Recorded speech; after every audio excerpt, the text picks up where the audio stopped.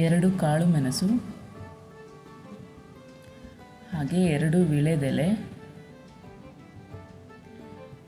ಮತ್ತು 3 ಅಜ್ವಾನದ ಎಲೆಗಳನ್ನು ತೆಗೆದುಕೊಂಡು ಇವುಗಳನ್ನೆಲ್ಲ ಚೆನ್ನಾಗಿ ತೊಳೆದು ಒಂದು ಕಲ್ಲಿನ ಮುಖಾಂತರ ಅವುಗಳನ್ನೆಲ್ಲ ಕುಟ್ಟಿ ಅದರ ರಸವನ್ನು ತೆಗೆದುಕೊಳ್ಳಿ. ಈ ರಸ ಯಾವುದಕ್ಕೆಂದರೆ ಮಕ್ಕಳಿಗೆ ತಕ್ಷಣವಾಗಿ ಕೆಮ್ಮು ಅಥವಾ ಶೀತ ಆದಾಗ ಈ ರಸವನ್ನು 2 ಅಥವಾ 3 ದಿನ ಕೊಡುತ್ತಾ ಬಂದರೆ ಮಕ್ಕಳಿಗೆ ಸಂಪೂರ್ಣವಾಗಿ ಕೆಮ್ಮು ಶೀತ ಕಡಿಮೆಯಾಗುತ್ತದೆ. ಹೀಗೆ ಈ ರಸವನ್ನು ತೆಗೆದುಕೊಂಡು ಈ ರಸದೊಂದಿಗೆ ಚಿಕ್ಕ ಮಕ್ಕಳಾದರೆ ಜೇನುತುಪ್ಪವನ್ನು ಕಲಸಿಕೊಡಿ. ಸ್ವಲ್ಪ 2 ಅಥವಾ 3 ವರ್ಷದ ಮಕ್ಕಳಾದರೆ ಹಾಗೆ ದಿನ ಕೊಡುವಾಗ ಕ್ರಮೇಣ ಕಡಿಮೆಯಾಗುತ್ತದೆ.